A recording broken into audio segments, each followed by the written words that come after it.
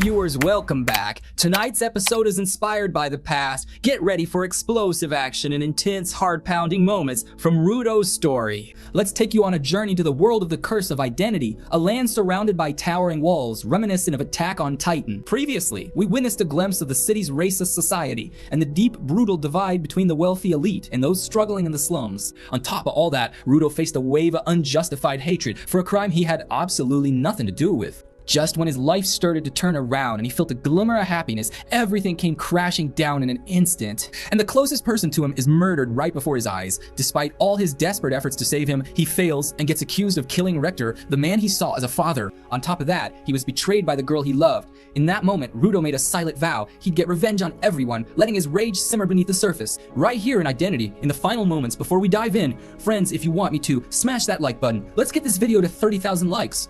And if every single one of you watching right now hits like, we'll absolutely blow up YouTube. More terrifying creatures crawl up from beneath the Komama Sea, closing in on Rudo. He keeps running, but suddenly realizes they've surrounded him from every direction.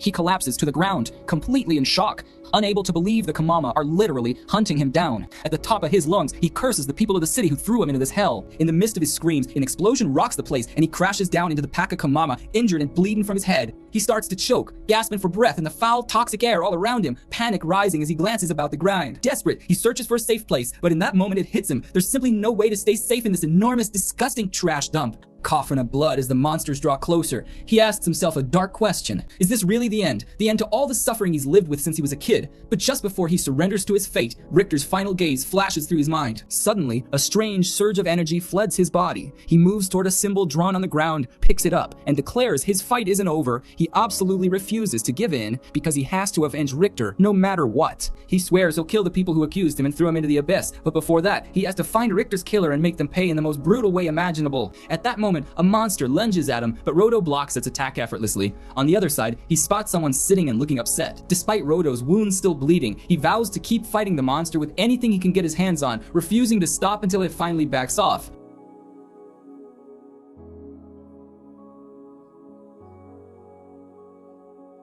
He hurls a road sign, and from the heart of a Komama rubble, the monster bursts out. Rudo charges at it like a shark, but then narrowly dodges its attack. As the fight drags on, Rudo feels his exhaustion intensify and his bleeding worsen, while at the same time, the strange energy inside him grows stronger and harder to control. In that exact second, two monsters charge at him simultaneously with full force.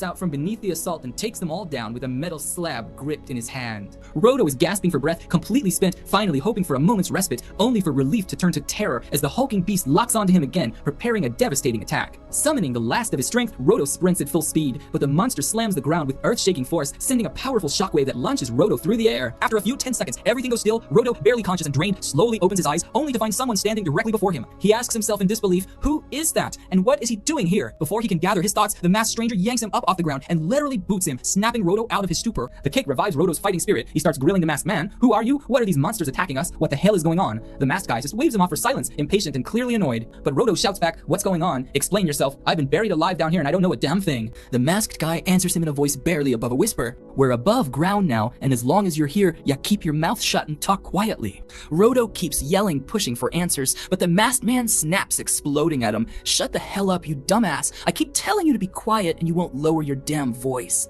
I told you we're above ground. Just look around you. Take it all in. That mask you idiots tossed down from above. And thanks to your stupidity, the monsters find your location. You dumb animal. You brain-dead moron. The masked guy signals toward the monsters behind them. Rudo realizes these are the masked monsters, immune to normal weapons, and they hunt by sound. The masked guy's warning is urgent, his tone sharp, making it clear just how deadly these creatures are. He goes on, explaining that these monsters are different from the usual ones. He never wanted to tangle with them, but now, thanks to Rudo's big mouth blaring like a goddamn fire alarm, there's no avoiding a fight. No sooner does he finish than the masked guy's umbrella shifts shape without warning. In the same instant, someone attacks from behind, but the masked guy intercepts the blow with the umbrella and wipes out the monsters in seconds. Rudo is stunned. The monsters are changing before his eyes. After the umbrella touches them, they liquefy, melting into puddles of sludge. He can barely believe what he's seeing. In a blur of motion, the masked guy launches himself at the entire pack of monsters, tearing through them at lightning speed and taking them all out in record time. Rudo watches every move, tense and on edge, barely able to keep up with the rapid pace of the battle. Only the massive monster is left now. It unleashes a torrent of water straight at the masked man, the force so great it blasts him through the air. But he blocks the attack with his umbrella, and as the beast beast billows. He seizes the opening, leaping high and crashing down with the umbrella, now grown enormous, striking a monster with overwhelming power. As the monster dissolves into a pool of slime, the umbrella shrinks back to its normal size. The masked man approaches Rudo, pulls off his mask, and finally introduces himself. There's a sense of calm and relief after all the chaos. My name is Engine, I'm a cleaner. But as soon as he breathes in the polluted air, he regrets unmasking himself, wishing he hadn't exposed his face to this toxic world. Rudo starts to lay all the blame on Engine. This is all your fault. But before he can finish, he suddenly collapses. Rudo sinks into a memory. He remembers coming home battered and bruised. Fricto looks at him with gentle concern and asks, "What happened, son?" Rudo replies that the other kids beat him up because he said that objects deserve care, like they're alive. There's a bit of innocent confusion in his words. He just wanted to treat things with kindness and couldn't understand why he was punished for it. When Fricto gently asks if Rudo hit them back, Rudo shakes his head and says no. He remembers Fricto once told him that if you care for anything you use, it brings it to life. Fricto softly wipes Rudo's face and says warmly, "That's right. Everything we use has a purpose. That's how you know it's alive."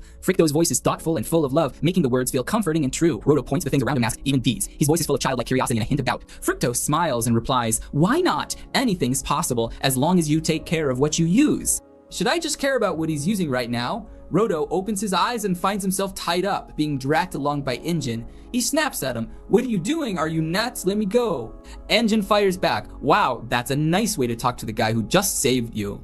Rudo protests, "That's not how you treat someone you rescue. You don't just drag them along like this. Come on, untie me. I have to get back right now." Just then, Engine points up at the sky, gesturing. "See that sphere? You'll never reach it. There's no way up. And besides, that sphere up there keeps moving all the time." Rudo snaps back. "So what was the point of all this trouble if I can't even go back now, since you said it's impossible and all? You definitely know something. Tell me how to get back to the city." Engine lays it all out, telling him everything about this place, the monsters roaming around and the powers he used. He pushes Rudo, "Use all this info, find your way back to the sphere, kill the scum who set you up, and take revenge on everyone living up there. If you don't listen to me, I'll scream so loud the whole place will hear." Rudo threatens. At that, Engine throws off his helmet and snaps, "Since you're so fired up, get ready to learn." A little later, Engine is howling at Rudo along behind him. Rudo is caught off guard by what happens. Before he can do anything, he suddenly finds himself face to face with a group of people, shock written all over their faces. As soon as they see Rudo in his strange clothes, they approach cautiously. One of them asks, "You're from the sphere above, aren't you?" When Rudo tells him he fell from above, they're shocked, looking at each other in disbelief. "We've never seen anyone from the sphere before, ever." They examine him quickly, confirming that he's actually alive. They apologize, telling him it's just no one's ever survived a fall from up there before. "Please forgive us. This is the first time something like this has ever happened." They ask, "How did those criminals tie you up? Come here, let's get you free."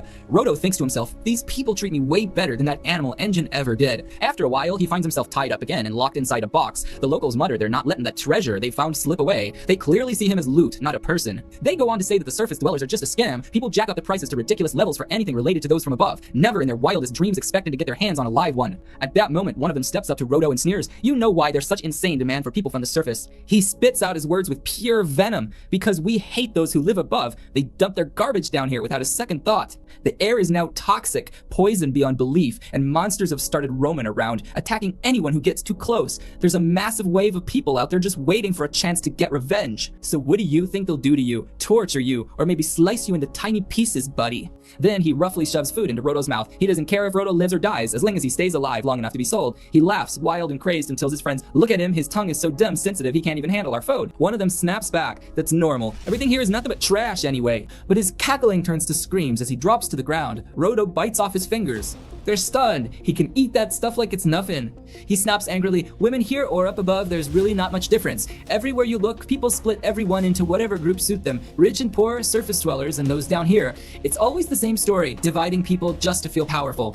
At that moment, a strange energy crackles around Rudo as he shatters his chains. He shouts in fury, "I'm done with being treated like I'm beneath you people who think you're in charge."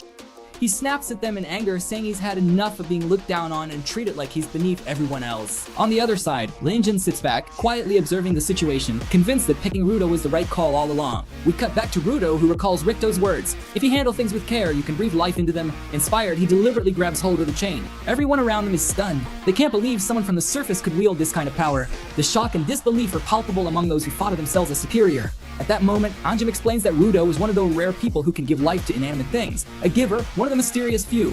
Of course, the people around Rudo reach the same conclusion and rush to attack, because givers are seen as a threat, even without weapons, capable of turning ordinary things into something dangerous. One of them knocks the chain right out of Rudo's hand, and the crowd erupts. They think they've got him beat, but out of nowhere, Rudo grabs a cart tire, powers it up with his abilities, and starts swinging it as a weapon, catching everyone off guard. And that's when it really hits him. Even Angel is left in shock, because Rudo's controlling more than one thing at once. The entire place is absolutely stunned. Just as Rudo's about to finish him off, Anjin steps in, grabs his arm and says firmly, "Ease up, that's enough." His voice is calm but commanding, pulling Rudo back from the edge.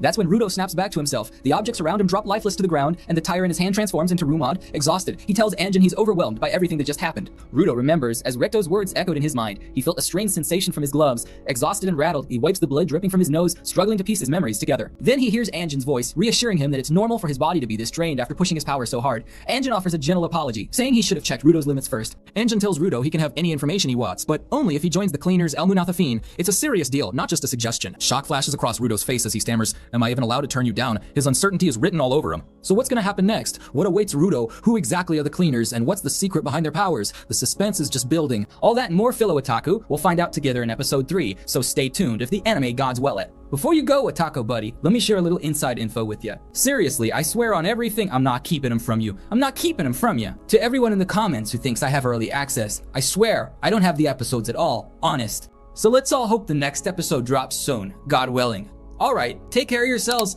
Don't forget to hit that like button before you leave, and catch you later.